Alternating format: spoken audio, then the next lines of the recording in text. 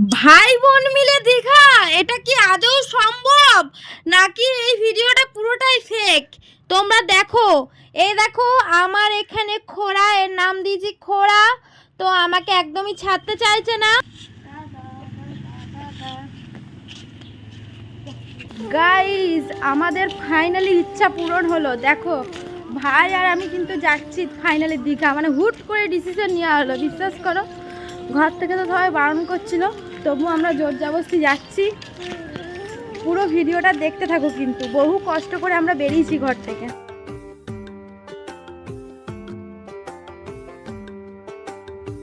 তো গাইস, আমরা আসানসোলে নেমে পড়েছি বিকাল 5:30টার সময়। সন্ধ্যে 6:30টার সময় দীঘার ট্রেন আমাদের আসবে। তো 1 ঘন্টা আমরা পাচ্ছি, এর মধ্যে আমরা রাতের খাবার কিছু প্যাকেজ করে নেবো। ঘর থেকে কিছু খাবার নিয়ে আসিনি, কারণ সারা রাত ট্রেনে যেতে হবে, তো কিছু খাবারই কিনতে এসেছি আমরা। দেখো বন্ধুরা, এখানে আমরা খাবার টাবার কিনে ট্রেনে উঠে পড়েছি। আমাদের দীঘার ট্রেন চলে এসছে। তো রাত্রেবেলায় তো এই ট্রেনটা ভাবলাম অনেক ভিড় হবে, কিন্তু আমাদের ধারণা সম্পূর্ণ ভুল। পুরো ফাঁকা ট্রেনটা, প্রচণ্ড ভয় লাগছিল। এই দেখো মুড়ি, জিলাপি, সিঙ্গারা, চপ সব নিয়ে নিয়েছি। ভাইকে টিফিন কোটো করে খেতে দিয়ে দিয়েছি। আমি এই চিকচিকিটা করেই খাচ্ছি, কি করব, কিন্তু ভীষণ ভয় লাগছিল। গাইস, আমরা এখন শুয়ে পড়েছি। এই তো দেখো এই অবস্থা। আমি কিছুটা জামা কাপড় মাথায় নিয়েছি, ভাই কিছুটা জামা কাপড় দেখো মাথায় নিয়েছে। দেখো শুয়ে পড়েছে, আমিও দেখো শুয়ে পড়েছি। এই গা ছমছম করা রাত্রে জানি না আমাদের ভাই বোনের কি হবে। বন্ধুরা দেখো, ভাই বোন মিলে রাত্রেবেলায় বেরিয়ে পড়েছি। মা বাবা কিন্তু ঘর থেকে অনেক বারণ করছিল। আমি রিয়াদির সাথে কিছুদিন আগে দীঘা গেছিলাম, আবার আমরা দীঘা যাচ্ছি। কেন বলো তো? আমার রিলস বানানো হয়নি। ঘুম হয়েছে? 2 ঘন্টা ঘুম চেয়েছিলিস, রাত 9টা থেকে ঘুমাচ্ছিস। আমি সারা রাত জেগে আছি। চল, নামার টাইম হয়ে গেছে। বাথরুম যা দিদি। আরে কি বলবো, হাগা টাগা পাচ্ছে না। মানে গিয়ে 5 মিনিট বসে ট্রাই করলাম, মানে ঘুম পাচ্ছেই না, বুঝলে? আমরা তো কোনো রুমে থাকছিও না। দীঘার মনে সমুদ্রে গিয়ে হাগবো আজকে, বুঝলে তো? ট্রেনের মধ্যে হাগা টাগা পাচ্ছে না। তো গাইস, তোমরা দেখতেই পাচ্ছ, ভাই আর দিদি মিলে আমরা এসেছি। তো আমরা কোনো হোটেলে থাকবো না, আমরা ভিডিও করতে এসেছি মেনলি। তো এই জামাটা পরে তো ভিডিও করবো না, ট্রেনের মধ্যেই চেঞ্জ করে নিচ্ছি। আর বাইরে বাথরুম পাবো কি না পাবো কোনো ঠিক নাই, তো জামাটা চেঞ্জ করে নিই। এবার নামার টাইম হয়ে গেছে আর কি। এখানে দেখো ট্রেনের মধ্যেই কিন্তু আমি জামাটা চেঞ্জ করে নিয়েছি, সেজেও নিয়েছি। আর নিচে এই প্লাজোটা দেখছো, এটাও কিন্তু আমি ছেড়ে নেবো সমুদ্রে গিয়ে। এই দেখো দীঘা চলে এসেছি ফাইনালি, দীঘাতে নেমেও পড়লাম। তখন বাজে ভোর 3:30। হ্যাঁ বন্ধুরা, তো গাইস দেখো আমরা নেমে পড়েছি। ভাইকে ধরে দিয়েছি একটা ব্যাগ, আমি ধরে নিয়েছি 2টো ব্যাগ। দেখতে পাচ্ছেন তো, পিঠে একটা, এখানে একটা ঝুলছে। দীঘায় নেমে পড়েছি, দুজনে এসছি। জানি না কি হবে, যতক্ষণ না ঘর যাওয়ার ট্রেনে চাপবো ততক্ষণ মনের মধ্যে ভয় ভয় ভয় ভয় ভয়। তো চলো দেখি আজকে সারাদিনটা কি করি, কিরকম আনন্দ করি। তোমরা পুরো ভিডিওটা দেখতে থাকো।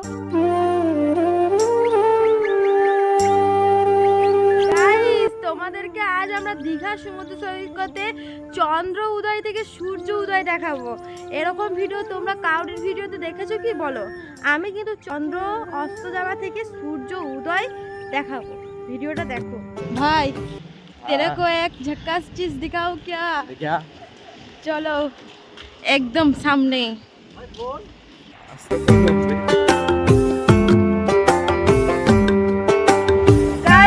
আমরা ভোর 4টার সময় সমুদ্রের সৈকতে চলে এসেছি। কি ভালো লাগছে, মানে আমরা চন্দ্রোদয় দেখলাম, মানে চাঁদ থেকে এখন দেখতে পাচ্ছি। এখন সূর্যকে কোনো মানে সূর্যকে দেখা যাচ্ছে না, সূর্যোদয় দেখার জন্য এলাম। দেখো কি সুন্দর লাগছে, পুরো চাঁদরা সমুদ্র সৈকতের মধ্যে জলের মধ্যে পড়ছে, কি সুন্দর লাগছে। ভাই তো প্রথমবার দেখছে, আমি তো রিয়াদির সাথে কিছুদিন আগে এসেছিলাম তোমরা জানো, তারপরে আবার সেকেন্ডবার ভাইয়ের সাথে এলাম। সেই মজা লাগছে, দিল একদম গার্ডেন গার্ডেন হয়ে আছে। दिल गार्डन गार्डन हो गया। দেখাও कितना सुंदर नजारा, ला ला ला ला ला। সুন্দর গাইস, আমার ফোনের কোয়ালিটি অত ভালো না, বিশ্বাস করো যা লাগছে না এই যে এই সমুদ্র সৈকতের এইগুলো মাটিটা, ওয়াও চাঁদ সেই সেই লেভেলে সেই, আর পুরো অনেক দূর জল চলে গেছে তো, মানে পুরো অনেক দূর, মানে অনেকটা দূরে জল রয়েছে, সবাই নেমেছে। গাইস দেখো কত ঝিনুক পড়ে রয়েছে, ওয়াও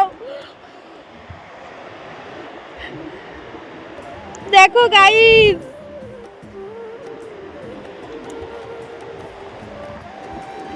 এই দেখো কাঁকড়ার পা, এই দেখো ঝিনুক, ওয়াও খুব সুন্দর লাগছে, খুব সুন্দর। এত ঝিনুক পড়ে রয়েছে সত্যি, সিরিয়াসলি গাইস। ভাই জামা প্যান্ট ছাড়ছে সমুদ্র সৈকতের মধ্যে, আমাকে দেখো সব ধরিয়ে দিয়েছে, দেখো কি অবস্থা আমার। লেভেলের মজা লাগছে, মানে এত সুন্দর একটা মানে ভিউ আমি জীবনে প্রথম দেখলাম। দিয়াদের সাথে এসেছিলাম সেদিন, তো রাত্রেবেলায় এসেছিলাম, আর রুম থেকে আমরা সকালবেলাতে বেরোইনি, আর আমরা আজকে এলাম ভোর 3টের সময় ট্রেন থেকে নামিয়েছে আমাদের, এখন বাজছে পাক্কা 4টা, আর সমুদ্র সৈকতে দারুণ লাগছে, দারুণ।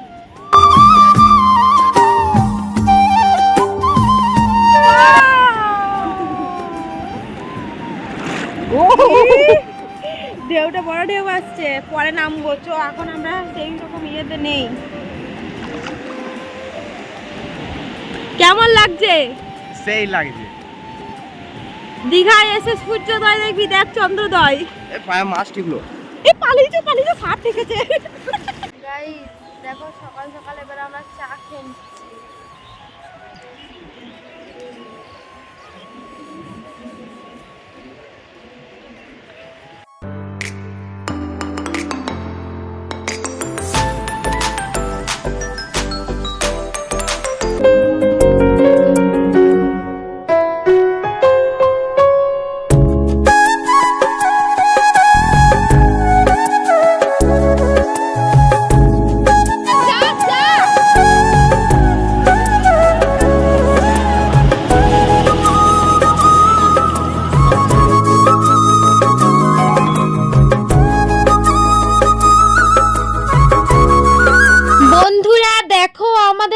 ফটোশুট শুরু হয়ে গেছে, মানে ভাইকে আমি প্রথমে বললাম তুই সমুদ্রে চান করে নে, দেখো কি পরিমাণে জোয়ার এসেছে।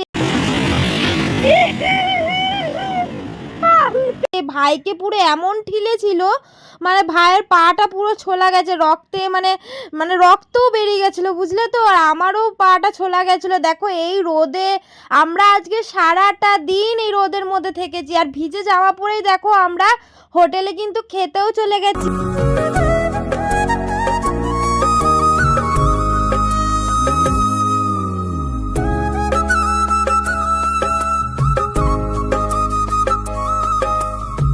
দিদি এখানে জানো ভয়ে যাচ্ছে না, কারণ জানো কি, এত জলের ঢেউ, আর আমাকে বলছিল ভয় পাচ্ছে ভাই। হ্যাঁ বন্ধুরা সত্যি আমার এখানে খুবই ভয় লাগছিল, ভাইয়ের পাটা কেটে গেছে, তারপরে আমারও পাটা কেটে গেছে, যেই জল আসছে ওরে বাবা আমি তো দৌড়ে চলে আসছি। ফটোশুট কি করব, তোমরা ভিডিওটা পুরোটা দেখো, কেউ স্কিপ করো না।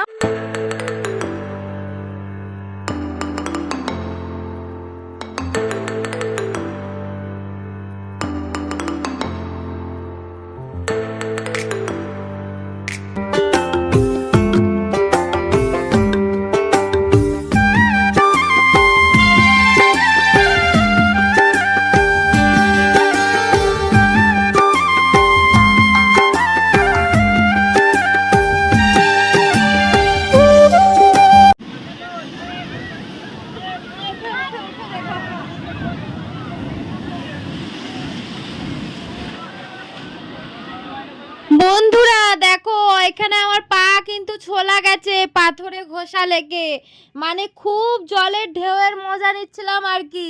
ভাই কিন্তু বারণ করছিল যে যাস না। গাইস আমার ভাই হাঁক দিয়ে গেছিল, এখনো ছুচাই নাই, বিশ্বাস করো এখনো ছুচাই নাই গাইস, এখনো সমুদ্রে চান করবে বলে ও বলছে আমি চান করবো আবার তখন তো যাবো, বিশ্বাস করো এত বদমাইশ এত সুয়ার।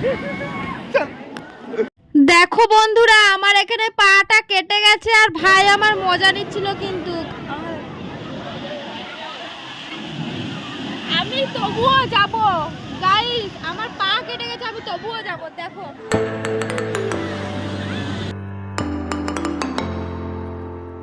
যাই বলো না কেন বন্ধুরা, আমাদের এই ভাই বোনের একটা দিন কাটানো কিন্তু দীঘাতে, এই স্মৃতি কিন্তু সারা জীবন রয়ে গেল। তো গাইস খালি আমরা জামা চেঞ্জ করছি, ভিডিও বানাচ্ছি, কি করব ভিডিও বানানোর জন্য এসছি। দেখো ভাইকে দেখো, ভাইয়ের চাটনিটা শোকায়নি এখনো, চাটনি ম্যান ওই জন্য মাথার মধ্যে চাটনিটা নিয়ে শোকাচ্ছে। দেখো কি অবস্থা, মনে হচ্ছে সৌদি আরবে চলে এসেছি, বিশ্বাস করো। মানে দুবাইয়ে চলে এসেছি, দুবাইয়ের মতো এত গরম, কিন্তু দুবাইয়ের মতো এখানে টাকা নেই, বিশ্বাস করো। তো চলো ফাইনালি এবার ভাটা এসছে, মানে জোয়ার থেকে ভোর 4টা থেকে জোয়ার ছিল, জোয়ার থেকে ভাটা এসছে, কটা বাজে দুপুর 2টো। তো এখন আমরা ভাটাতে স্নান করবো ফাইনালি। দেখো ভাটা এসছে আর এই দেখো চাটনি ম্যান। আর একটা কথা কি জানো, মানে সকাল থেকে আমাকে প্রকৃতি অনেক ডাকেনি, মানে সকাল থেকে প্রকৃতি আমাকে ডাকেনি, মানে হচ্ছে জলের বোতলটা নিতে ভুলে গেলাম আমরা।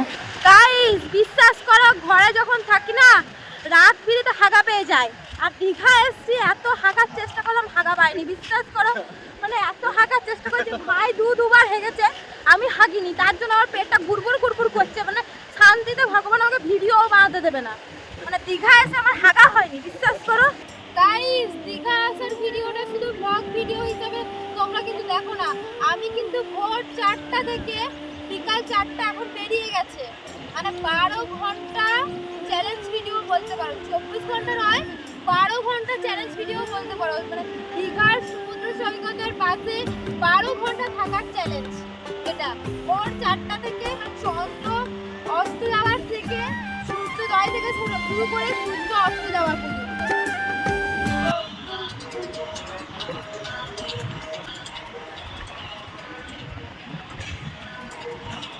এই সমুদ্রের ধারে 7 সমুদ্র গান শুনতে বক্সে কার কার ভালো লাগে কমেন্ট করো। লা লা লা লা লা লা।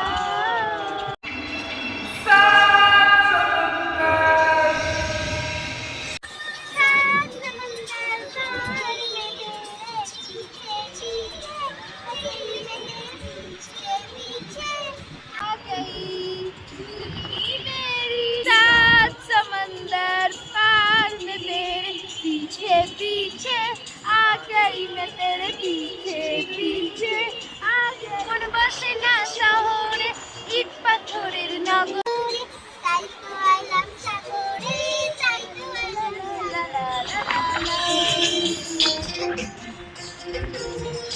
मन बसे ना शहरे ইট পাথরের নগরে তাই তো আইলাম সাগরে ইট পাথরের নগরে তাই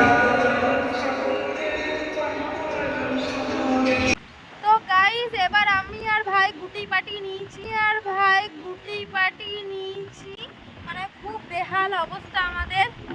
তো এবারে ফাইনালি দীঘাকে টাটা করে ঘর যাওয়ার দিকে রওনা দিচ্ছি। দেখি আজকে সারা রাত জাগতে হবে, আবার কবে আসবো তার কোনো ঠিক নেই, কোনো গ্যারান্টি নাই। ভাই আসবে নিজের বউয়ের সাথে হানিমুন করতে, আর আমি আর আসবো না বউ।